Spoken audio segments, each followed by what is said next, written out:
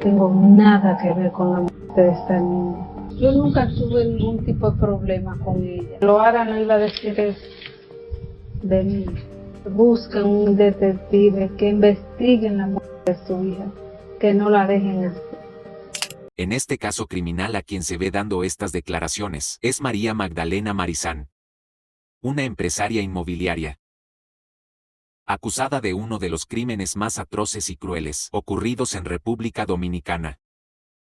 Este horrible caso que te traigo hoy todavía conmueve a la población. Como la hija era muy problemática, de una hija a las arbitrariedades de su madre, terminó costando la vida de otra joven que le ofreció su amistad sincera. Pero hubo más víctimas fatales, que eran testigos clave de todo lo ocurrido. Quédate para conocer todo lo que sucedió. Loara Tavares Rosario nació 27 de julio de 1990 en San Francisco de Macorís, en República Dominicana. Era hija de Virgilio Antonio Tavares, un ingeniero y arquitecto, y Celina Rosario, una madre amorosa, una ama de casa que se dedicó al cuidado de su hija. Siendo apenas una niña por razones que se desconocen, sus padres se separaron. Virgilio rehizo su vida y se casó con una mujer llamada Bélgica Abreu, también ingeniera, a quien Loara Tavares quería mucho y la consideraba como una segunda madre. La separación de sus padres no fue impedimento para que ella tuviera una infancia feliz. Por el contrario, tenía dos familias que la adoraban. Aunque vivía con Celina, solía pasar tiempo con Virgilio y Bélgica. E incluso muchas veces se quedaba a dormir con ellos, pues las casas estaban relativamente cerca. Sus allegados la describieron como una joven alegre, amorosa y risueña con todas las personas, que siempre veía el lado bueno de las cosas. Gracias a esa manera de ser, logró hacer muchas amistades, entre las cuales destacaban dos, con las cuales se llevaba como si fueran hermanas. La primera era Emily Capellán, con quien se llevó de maravillas, desde que se conocieron cuando apenas tenían 10 años. A la segunda, Marlene y Maciel Peralta Marizán, a quien todos llamaban Maciel, la conoció siendo ya una adolescente. La madre de Maciel, María Magdalena Marizán Flores, a quien por alguna razón todos llamaban Elena. Era una mujer importante de negocios de la zona, dedicada a los bienes raíces. Sin embargo, algunos rumores señalaban que uno de sus hermanos tenía vínculos con el narcotráfico, y se decía que ella había amasado su fortuna gracias a estos negocios ilícitos. Maciel vivía con su mamá y su papá, cuya identidad no trascendió, en la comunidad de Las Cejas, una zona de gente adinerada de San Francisco de Macorís, a pesar de pertenecer a estratos sociales distintos. Loara, Emily y Maciel eran buenas amigas, e incluso podía decirse que eran prácticamente inseparables, al punto que las tres decidieron estudiar la misma carrera: arquitectura en la Universidad Católica Nordestana. En el caso de Loara, no solamente asistía a la universidad, sino que también alternaba sus estudios universitarios con un trabajo como voluntaria en un hogar de ancianos, y daba clases particulares de inglés. Aunque casi siempre se mantenía ocupada entre la universidad y el trabajo, ella buscaba la manera para compartir momentos con su familia y también con sus amigas. La mayoría de las veces, las chicas se reunían en la casa de Maciel, donde se ponía porque era la más grande y cómoda. Además sentían un afecto especial por Elena, a quien incluso llamaban tía Elena. Pero ese cariño no era recíproco, pues, aunque la mujer se mostraba amable y atenta con las amigas de su hija, en el fondo, era de esas personas que pensaban que nadie estaba a su altura. Por esos prejuicios grandeza, constantemente le decía a Maciel que sus amigas no eran buena compañía, y que debía alejarse de ellas si quería ser alguien en la vida. Su hija la escuchaba y, como no compartía su punto de vista, no le hacía caso y la ignoraba. Hasta ese momento, las cosas no pasaban de ser consejos maternos y la natural rebeldía de la jovencita. Pero hubo un cambio dramático cuando se enteró que su hija había comenzado una relación amorosa con un chico llamado Roque Antonio Rosario Jiménez, a quien Elena consideraba un bueno para nada. Según lo que ella relató en entrevistas posteriores, cuando preguntó a algunas personas por el chico, la mayoría dijo supuestamente que Roque era un delincuente de poca monta, que se dedicaba a robar a las personas de la comunidad. Al enterarse de esto, le prohibió a su hija que volviera a verlo. Sin embargo, la joven no le hizo caso porque decía que estaba enamorada. Y continuó su noviazgo a escondidas. Le inventaba a su madre que estaba haciendo algún trabajo de la universidad o de visita en casa de alguna amiga, cuando en realidad se veía con él. Con el tiempo, Elena descubrió que Maciel le mentía, y fue entonces cuando no solo le prohibió ver a Roque, sino también le exigió dejar de reunirse con sus amigas, en especial con Loara, a quien consideraba responsable de su comportamiento rebelde, pues aseguraba que fue ella quien le había presentado al novio. Además, Elena culpaba a Loara de que Maciel hubiese bajado sus calificaciones en la universidad, y también de que bebiera en exceso. A juicio de la mujer, todo lo malo que hacía su hija era culpa de su amiga. Sin embargo, Maciel no pensaba lo mismo, y continuó su vida sin respetar las prohibiciones de su madre. Ante la desobediencia de la chica, Elena tomó medidas drásticas, como retirarla de la universidad, y además quitarle su computadora. También la dejó sin celular para que no pudiera comunicarse con nadie. Luego de eso, se produjeron algunos encuentros desagradables entre Elena y el círculo de amistades de su hija, a quienes amenazó con quitarles la vida si no se alejaban de ella. Todos parecieron hacer caso a esta advertencia, menos Loara, quien continuó reuniéndose con Maciel a escondidas de Celina, su madre, y desatendiendo los consejos de su amiga Emily, quien le decía que no la viera para evitar más problemas. Sin embargo, ella le comentaba que Maciel se sentía muy sola y no podía abandonarla. Además, estaba segura que pronto se le pasaría el enojo a Elena. Pero la chica no podía estar más equivocada, pues la mujer continuó con sus amenazas. La última de ellas fue 24 de octubre de 2009. Esa noche, mientras Loara estaba en la fiesta de cumpleaños de su prima Ana, Karina Tavares recibió una llamada que la dejó algo inquieta. Cuando su prima le preguntó qué pasaba, ella se puso a llorar, y le contó que era una larga historia que después le contaría, porque no quería arruinarle su celebración. Así quedaron de verse luego para conversar. Pero el destino tenía otros planes y dio un giro inesperado y siniestro. 5 de noviembre de ese año 2009, comenzó como un día cualquiera.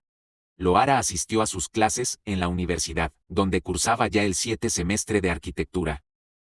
De allí salió aproximadamente a las 5 de la tarde, con la intención de pasar por casa de Virgilio y Bélgica, para buscar algo de ropa, y luego irse a la residencia de su madre, pero jamás llegó. Al ver que ya se había hecho tarde y no llegaba, Celina comenzó a preocuparse. La angustia creció cuando llamó a su exesposo, y la respuesta fue que no estaba con él. Ante esa ausencia inesperada y totalmente extraña, su familia inició la búsqueda de inmediato. Celina estaba desesperada por encontrarla, sin imaginar el horror que le esperaba. La mañana del 6 de noviembre, 2 ciudadanos de nacionalidad haitiana, residentes de la zona, encontraron un cuerpo en medio de unos matorrales, en un tramo de la carretera de San Francisco de Macorís hacia otro poblado. Impactados por el hallazgo, de inmediato dieron parte a las autoridades. Cuando los oficiales llegaron a la escena del crimen, para hacer las pericias, lo que encontraron fue un cuadro dantesco. El cuerpo de la chica estaba atado de pies y manos, envuelto en una lona sucia con restos de cemento y pintura. Solo tenía puestos los pantalones, y de la cintura para arriba, la única prenda que tenía era el sostén. Pero en vez de cubrirle el busto, le tapaba parte del rostro, que estaba completamente desfigurado a causa de una brutal golpiza.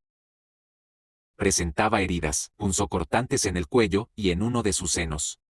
Además, tenía un cordón y un pedazo de tela enrollados alrededor del cuello, por lo que se presumía había sido sofocada. Junto al cuerpo fueron encontrados unos documentos, a nombre de María Teresa Medina Molina. También había 2 celulares. Aunque en un principio se pensó que el cuerpo era el de María Teresa, los oficiales se llevaron una sorpresa, pues al ir a buscar a sus familiares, la encontraron a ella viva y sana. Les explicó que había sido víctima de un asalto días antes, mientras caminaba por una urbanización relativamente cercana. Tras descartar a María Teresa, la próxima tarea de las autoridades era identificar a quien pertenecía el cuerpo encontrado. Esa respuesta llegó con los resultados forenses que revelaron que se trataba de Loara. La autopsia determinó que las heridas fueron realizadas con objetos filosos como destornilladores y tijeras, y se estableció que la causa de la defunción fue la asfixia, para lo cual utilizaron el cordón de los zapatos de la propia estudiante. Según la policía, se trató de un crimen atroz, pues tenía múltiples fracturas en el cráneo y en el rostro. Al juzgar por los diferentes instrumentos punzantes y cortantes utilizados, así como la ferocidad de los golpes, los investigadores consideraban que era demasiado para haber sido ejecutado por una sola persona. Una vez, los oficiales le comunicaron a la familia la lamentable noticia. Celina sufrió una crisis nerviosa, por lo que tuvo que ser llevada al hospital para recibir atención médica. Cuando despertó pensó que todo se trataba de un mal sueño, pero se encontró con la peor de sus pesadillas. La mujer no daba crédito a lo que le decían. Pensaba que su hija había tenido un accidente, y que aún estaba con vida en el hospital. Pero al acudir a la morgue y ver el cuerpo, comprendió la dimensión de la tragedia. El crimen de Loara y la brutalidad con la que fue ejecutado causó conmoción e indignación, no solamente entre sus familiares, sino en toda la población. Los vecinos se reunieron en una vigilia para honrar a la muchacha y pedir a las autoridades que hallaran a los responsables.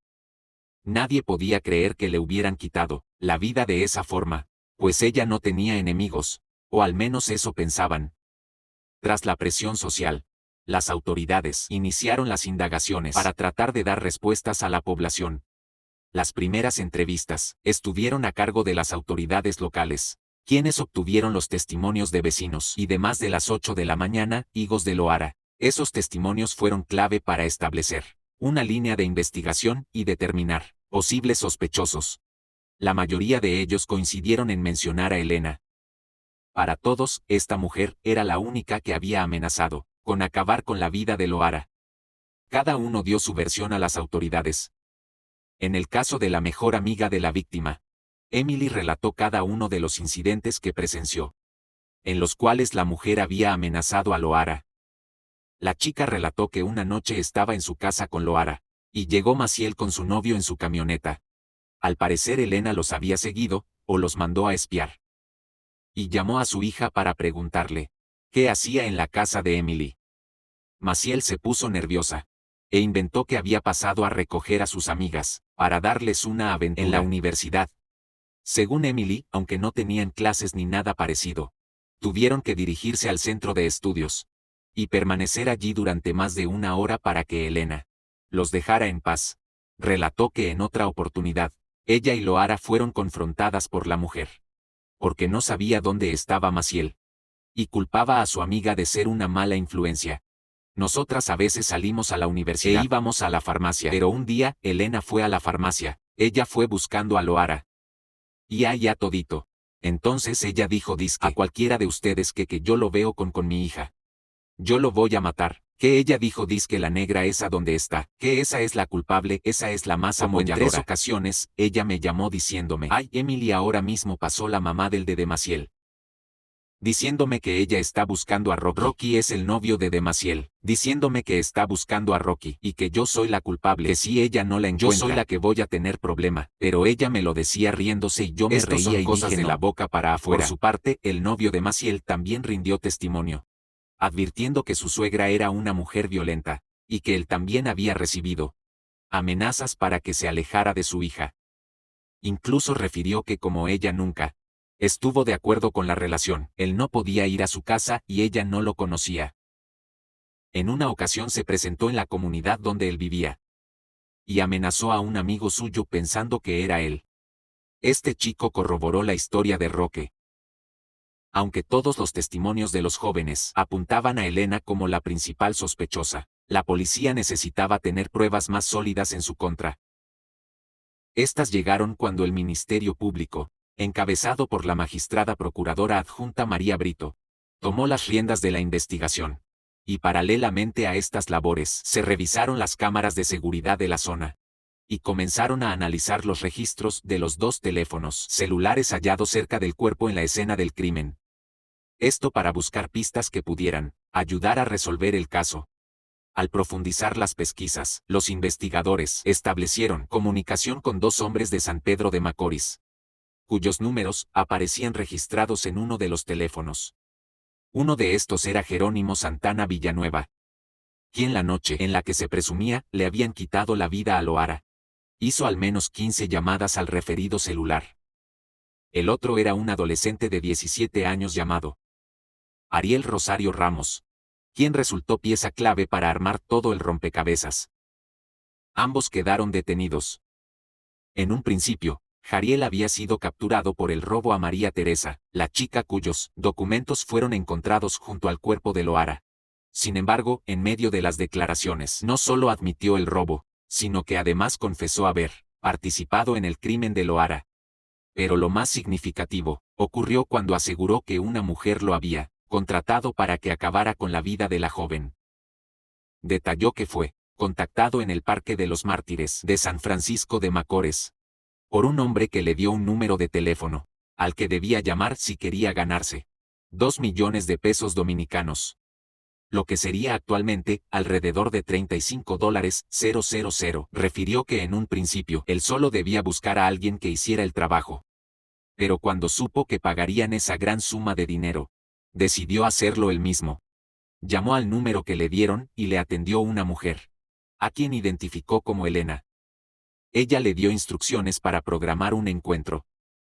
Dijo que lo citó ese mismo día a las 10 de la noche, en un lugar que estaba en construcción. Cuando llegó vio una camioneta negra estacionada, con las luces encendidas, y se acercó. La mujer le dijo que subiera y en ese momento, según Jariel, le dio una fotografía de Loara. Le dijo que necesitaba que le siguiera todos los pasos. Él comentó que en algún momento había visto a la chica por la zona. Tras ese acuerdo verbal quedaron en mantenerse en contacto. El menor refirió que aunque en un comienzo pensó en hacerlo solo, se dio cuenta que él no podía, ya que tenía una motocicleta e iba a ser difícil raptar a Loara. Fue entonces cuando contactó a un sujeto que tenía antecedentes penales y que al parecer se dedicaba a hacer ese tipo de encargos. Lo identificó como Víctor Alfonso Brito Vázquez, alias El Guachi, a quien le propuso el negocio. Acordaron que repartirían entonces el dinero a partes iguales. Después de esto transcurrieron varias semanas, mientras planeaban muy bien los detalles del crimen, el cual comentó que finalmente ejecutaron 5 de noviembre de 2009. Ariel relató que esa tarde tomaron un taxi en La Vega, el cual era conducido por Juan Alberto Paulino Concepción, y se trasladaron hasta San Francisco de Macorís. Cerca de las 5 de la tarde, cuando Loara transitaba por la calle, cerca del Parque Los Mártires, Víctor se acercó a ella con un arma de fuego y la obligó a subir al taxi. Según el relato de este joven, él lo seguía detrás en su moto, pero debido al deterioro de la calle, su vehículo sufrió un desperfecto, y tuvo que detenerse para arreglarlo. Esto le tomó más o menos unos 20 minutos. Y luego, se dirigió hasta la zona del colegio, que era el lugar acordado para perpetrar el crimen. Al llegar dijo que se encontró con una espantosa escena. Loara estaba tirada en el suelo, aún consciente pero algo mareada. De su nariz salía sangre, pero eso no conmovía a Víctor, que le daba puntapié sin parar. No conforme con esto, el sujeto fue hasta el auto, donde buscó unas tijeras y se las dio a Jariel, quien dijo que se quedó inmóvil, sin saber qué hacer. Entonces Víctor se las arrebató de las manos, e hirió a la chica en varias partes del cuerpo.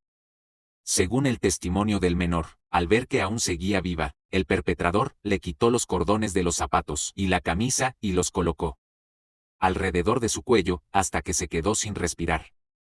Comentó que una vez perpetrado el crimen, él dejó al lado del cuerpo los documentos pertenecientes a María Teresa para tratar de despistar a las autoridades. Luego de eso intentaron comunicarse con Elena para informarle que el trabajo estaba hecho y que querían cobrar el dinero, pero no lograron ubicarla. Para el Ministerio Público, los detalles de la planificación y consumación de los hechos, narrados por Jariel, coincidían perfectamente. No solo con las pruebas halladas en la escena del crimen, sino que además corroboraban los testimonios dados por los amigos y compañeros de Loara que señalaban a Elena como la principal sospechosa. Además, los detectives hallaron otra prueba que la incriminaba. Se trataba de una llamada hecha desde el celular de Elena al teléfono de Loara, 25 de octubre a las 8:07 de la noche. Esta duró aproximadamente 2 minutos y medio. Esta llamada coincidía con las declaraciones dadas por Ana Karina, quien dijo que esa noche durante su fiesta de cumpleaños, su prima había recibido una llamada que la hizo llorar y la dejó inquieta. Maciel intentó desvirtuar las acusaciones contra su madre y declaró ante las autoridades que había sido ella quien llamó a Loara esa noche para decirle que no podía ir a la fiesta de su prima. Dijo que no tenía saldo en su móvil y que por eso había tomado prestado el teléfono de su madre para hacer la llamada. Sin embargo, la fiscalía no creyó su argumento. Primero porque según todos los que la conocían, ella siempre tenía saldo en su celular. Y segundo porque ella no tenía por qué llamar para excusarse. Además, en caso de que hubiese sido el motivo de la llamada, no era razón para que Loara se alterara como lo hizo. Con estas pruebas, el tribunal ordenó la prisión preventiva de 3 meses para Elena y Jariel. Además, se logró la detención de Víctor como presunto autor material del hecho. Durante todas sus declaraciones, Elena reiteró su inocencia y afirmó que no entendía por qué las autoridades le daban crédito a las declaraciones de todos esos jóvenes, que lo único que querían era perjudicarla. Aseguró que ella no conocía ni a Ariel ni a Víctor y que no tenía nada en contra de Loara. Yo nunca hablé con Loara por teléfono nunca. Yo nunca la llamé ni ella nunca me llamó a mí. Señaló que de lo único que era culpable era de perseguir a su hija para que encaminara su vida y siguiera estudiando para tener un futuro mejor. Su hija, su esposo y sus abogados eran las únicas personas en San Francisco de Macorís que creían que ella era inocente. Mientras se llevaban a cabo las investigaciones, los familiares y amigos de Loara le dieron el último adiós. Su cuerpo fue sepultado en el cementerio de las Mercedes. Durante los siguientes meses, la representación legal de Elena estuvo a cargo de 6 prestigiosos abogados y costó una fortuna. Aunque el monto no ha sido precisado. Cándido Simio Artagnán Pérez, Pedro Pérez Ferreras, Eduardo Jorge Prats, Alberto Vázquez y Cristóbal Rodríguez intentaron varios recursos para obtener su libertad, alegando que la fiscalía no tenía ni una sola prueba de su culpabilidad. Por su parte, la policía profundizaba las investigaciones, tratando de atar cabos sueltos y conseguir evidencias que contribuyeran a esclarecer todo lo que había sucedido. Para abril de 2010, tras vencerse los plazos de prisión preventiva, y gracias al recurso de habeas corpus, interpuesto por sus representantes legales, los jueces de la Corte del Distrito Judicial de Duarte ordenaron que Elena fuera puesta en libertad, mientras el Ministerio Público complementaba la investigación para que la causa fuese llevada a juicio. Para poder salir, le impusieron una fianza de 3 millones de pesos dominicanos, lo que podría ser el día de hoy, unos $50,000 más o menos. Además debía cumplir con algunas medidas cautelares.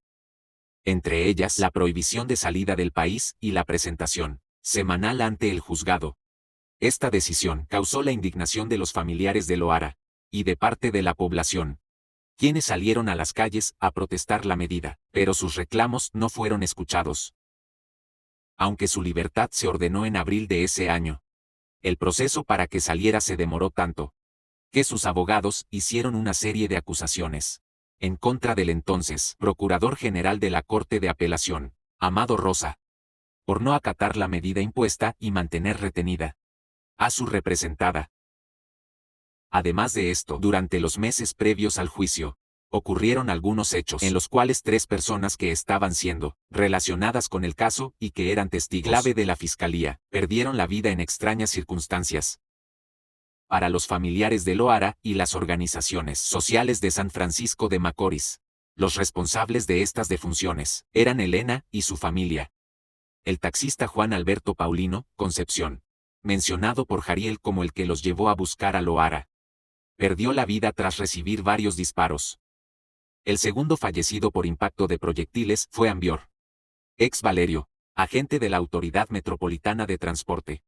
Y también fue encontrado sin vida otro hombre solo, identificado como el Vico, quien presuntamente también había participado en el crimen. En el caso del oficial Ambiorix, había declarado que el día en que ocurrieron los hechos, escuchó gritos de una persona pidiendo auxilio, y reconoció a uno de los hombres que se habían llevado, a Loara a sí mismo. Emily denunció que el esposo de Elena había acudido a su casa a ofrecerle dinero a sus padres, a cambio de que ella no declarara en contra de la mujer. En el juicio, entretanto, los padres de Loara pidieron a las autoridades investigar las más reales circunstancias de cómo sucedieron los crímenes de estos tres testigos, además de solicitar a la Corte Suprema de Justicia que diera celeridad a los procesos, ya que su inhibición favorecía la estrategia de la defensa de Elena, para que se vencieran los plazos y así evitar que ella fuera llevada a juicio. Los familiares de la víctima temían que la mujer utilizara sus influencias y su poder económico para evadir a la justicia, por lo que organizaron varias acciones de calle para pedir que los responsables fueran castigados. Gracias a la presión social, y luego de haber transcurrido casi un año de los hechos, en octubre de 2010 comenzó el juicio, en el cual serían acusados solo Elena y Víctor. Jariel fue retirado de la causa, porque el tribunal consideró que había sido manipulado por los otros dos imputados. Más de 20 testigos inculparon a Elena en el tribunal. Todos coincidieron en que había amenazado de muerte en varias ocasiones a Loara. Durante el debate, el Ministerio Público estableció que la mujer había decidido acabar con la vida de la joven, por considerarla responsable de las malas acciones de su hija. Pero para no ensuciarse las manos, había contratado un sicario para que hiciera el trabajo sucio. En este caso fue Víctor, quien luego de someter a la joven a tratos crueles, terminó con su vida. Luego de varias audiencias, tras escuchar a todos los testigos y analizar las pruebas presentadas por la acusación, 11 de noviembre de 2010 los jueces del primer tribunal, colegiado del Distrito Judicial de Duarte, declararon culpables a María Magdalena Marizán, conocida por todos como Elena, y a Víctor Alfonso Brito Vázquez, alias El Guachi, de ponerle fin a la vida de Loara Tavares Rosario. En el caso de Elena, la calificaron como autora inmediata de asesinato con premeditación, acechanza, actos de martirio y barbarie. Mientras que Víctor fue señalado como el autor material del crimen. Con relación a la condena, en el caso de Elena, en algunas reseñas señalan que en un comienzo fue sentenciada a 30 años de prisión, y que posteriormente le rebajaron la pena a 20 años. Además se dijo que debía pagar una indemnización de 5 millones de pesos dominicanos, lo que podría ser actualmente poco más de $85,000 a los padres de la víctima. Por su parte, Víctor fue condenado a 30 años de cárcel y el pago de 3 millones de pesos dominicanos, lo que puede ser el día de hoy más o menos $50,000. Esto también como compensación a los allegados de Loara. El fallo dejó sorprendidos a todos. En el caso de los familiares de la víctima, estos quedaron gratamente complacidos. Sin embargo, para los abogados de Elena había sido injusto, pues sostenían que no había ninguna prueba que la inculpara directamente, por lo tanto, anunciaron que harían una apelación de dicha resolución. Lejos de parecer que la condena pondría fin a esta historia, fue solo el comienzo de una larga batalla que tuvo que enfrentar la familia de la víctima para obtener justicia. La primera lucha emprendida fue para lograr que Elena fuera encarcelada. Recordemos que la mujer había llegado al juicio en libertad. Por ende, cuando se emitió la sentencia, ella gozaba de este beneficio, a pesar de que el artículo 335 del Código Procesal Penal de República Dominicana establece que la lectura de la sentencia íntegra debía realizarse en un lapso máximo de 5 días hábiles. La defensa de Elena utilizó varios artilugios legales a fin de dilatar este proceso para que ella continuara libre. Gracias a un arduo trabajo y a las acciones de calle emprendidas por familiares, amigos y organizaciones civiles, se logró que después de 3 meses se cumpliera la medida. Y Elena fue encerrada en la cárcel Juana Núñez de Salcedo, donde debía cumplir su condena. A partir de ese momento, los representantes legales de la mujer introdujeron varias solicitudes para reducir la pena. Pero la Cámara Penal de la Suprema Corte de Justicia la ratificó en mayo de 2012. No solamente para ella, sino también para el otro acusado.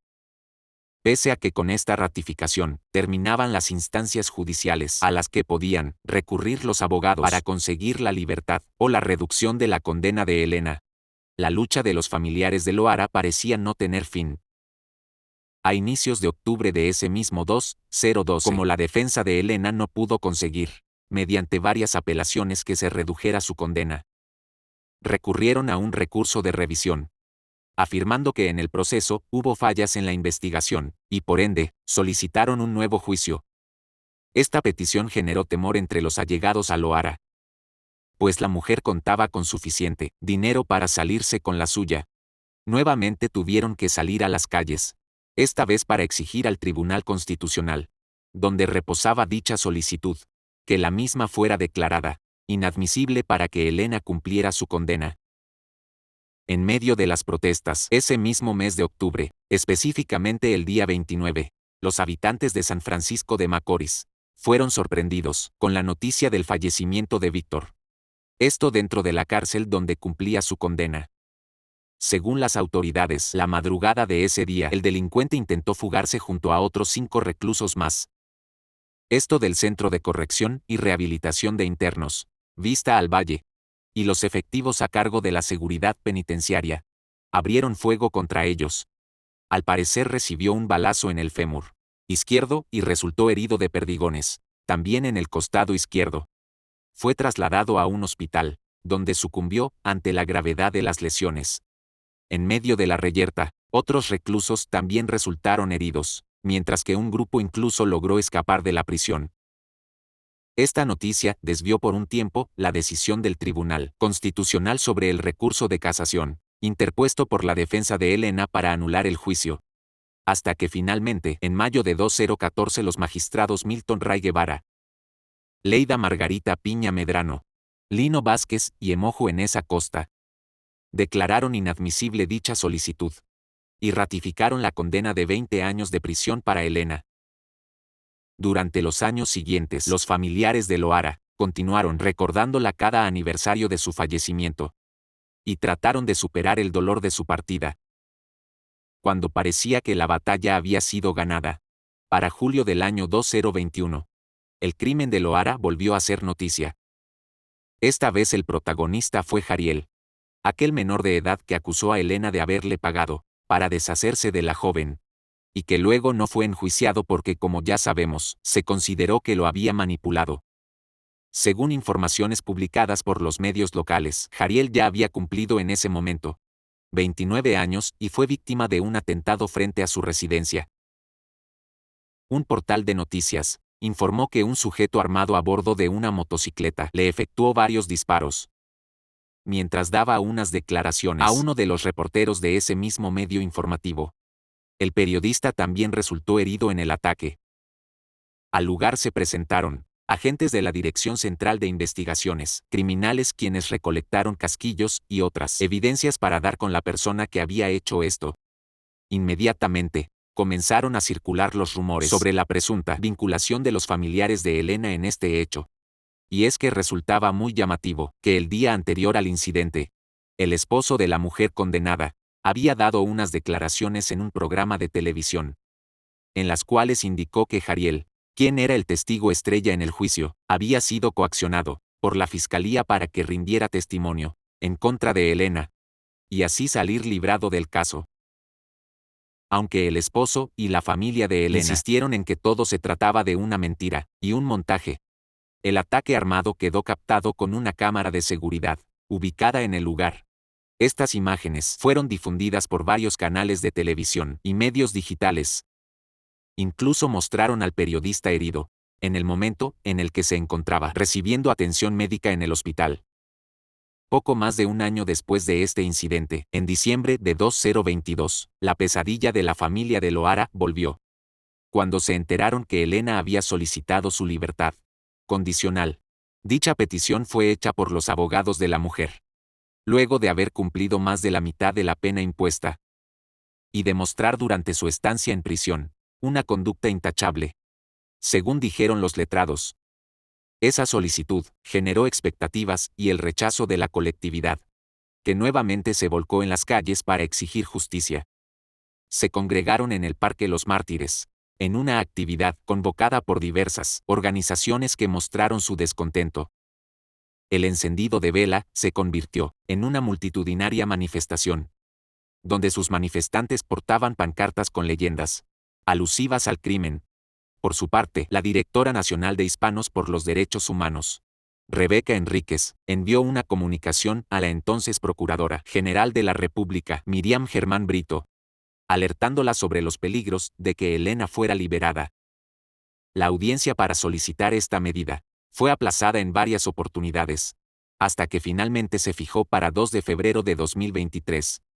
En el Tribunal de la Ejecución de la Pena, presidido por la jueza Bárbara Irene Rodríguez. Mientras era conducida, bajo estrictas medidas de seguridad, hasta el Palacio de Justicia, Elena señaló que era merecedora de su libertad, pues era completamente inocente. A las afueras del recinto judicial, hubo algunos incidentes entre los agentes de policía y decenas de jóvenes que exigían que la mujer fuese dejada tras las rejas. Finalmente, 10 de marzo de ese mismo año, el tribunal rechazó la solicitud de libertad condicional. Sin embargo, Elena no se dio por vencida, y meses después insistió en solicitar el beneficio. El cole fue negado, por segunda vez por la Corte de Apelaciones, en marzo de 2024. Eso sí, logró que le otorgaran la posibilidad de apelar nuevamente, en 3 meses, dándole la oportunidad de modificar los argumentos presentados al salir del tribunal. Celina, la madre de Loara, expresó su conformidad con la decisión de los jueces. Entre lágrimas, declaró que este nuevo proceso volvió a abrir la herida ocasionada por la pérdida de su hija, que era una joven llena de vida, que soñaba con ser una profesional de la arquitectura. Aunque han pasado más de 14 años desde el atroz crimen, el tiempo no ha sido suficiente para que la sociedad dominicana olvide lo ocurrido. El municipio de San Francisco de Macorís recuerda con dolor la pérdida irreparable de una joven valiosa, cuyos sueños fueron truncados por una mujer que continúa manteniendo su inocencia y que aún tiene posibilidades de salir de prisión antes de cumplir la totalidad de su condena, en caso de que el tribunal le otorgue la libertad condicional. Y bueno, chicos y chicas, hasta aquí el video de hoy. Un caso muy triste, muy lamentable, la vida de una joven que se perdió por la actitud de una mujer, una actitud bastante errada, bastante mala. Y también realmente, pues una mujer que pensaba que se podía salir con la suya por el poder económico que tenía. Lo bueno de todo es que recibió una condena y esperamos que pueda terminar de cumplir esta condena en prisión. Lo mejor sería que no salga, porque al final es un peligro para la sociedad. Pero bueno, las leyes son así y hay cosas que no se pueden cambiar. Si este video les ha parecido informativo, recuerden dejarle un me gusta. Recuerden suscribirse, si no lo están. Actualizo 3 o 4 veces por semana y si están suscritos, les llegará una notificación cada vez que yo suba un video. En mis redes sociales también me pueden seguir. Me encuentran como Lesma UR y ahí subo mucho contenido. Ahora sí, nos vemos hasta otro caso. Adiós.